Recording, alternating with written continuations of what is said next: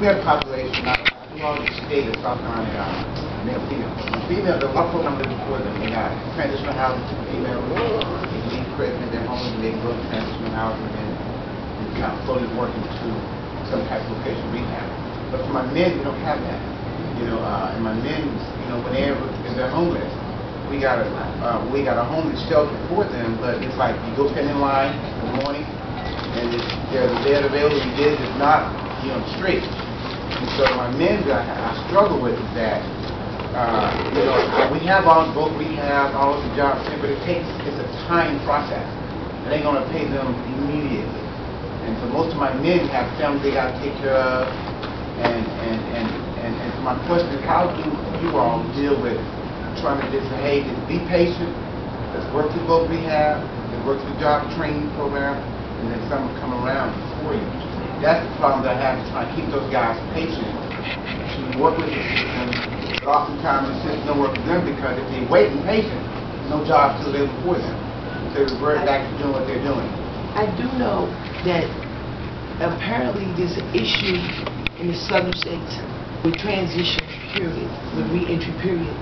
I do know that Father Young has worked with a bunch of Baptist ministers out of Atlanta who are looking to do something in Houston and Atlanta and Mississippi.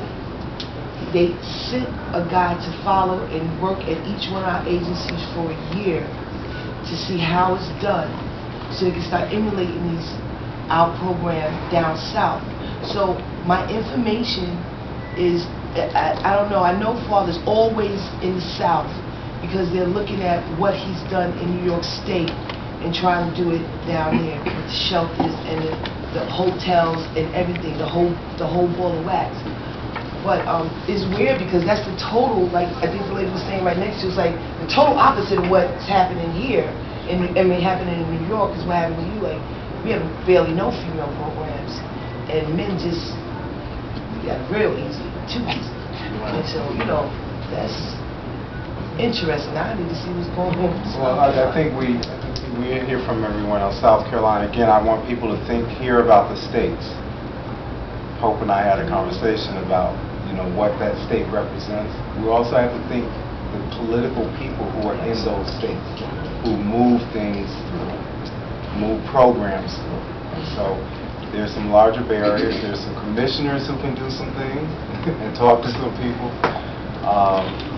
And so just be mindful about how we need to make relationships, build relationships. I'm going to pass these 4 programs along that supports what Roni is talking about. Also, they have this. Okay, great. When we use acronyms, everyone knows what OVR is, Office of Vocational Rehabilitation, and SROs. I'm just going to ask people to say single resident. Right? Everyone doesn't know. To just make sure, I'm writing them down, but I want to have people, single resident occupancy, SROs. And then there were 2 people that came in. If you have a question, you can say something. Just introduce yourself. Kim? I just wanted to say that in Essex County, which is New Jersey, a county that I work in, the mayor is very new. His name is Cory Booker, and they just started a brand new initiative. I think they got a grant for like $5 million to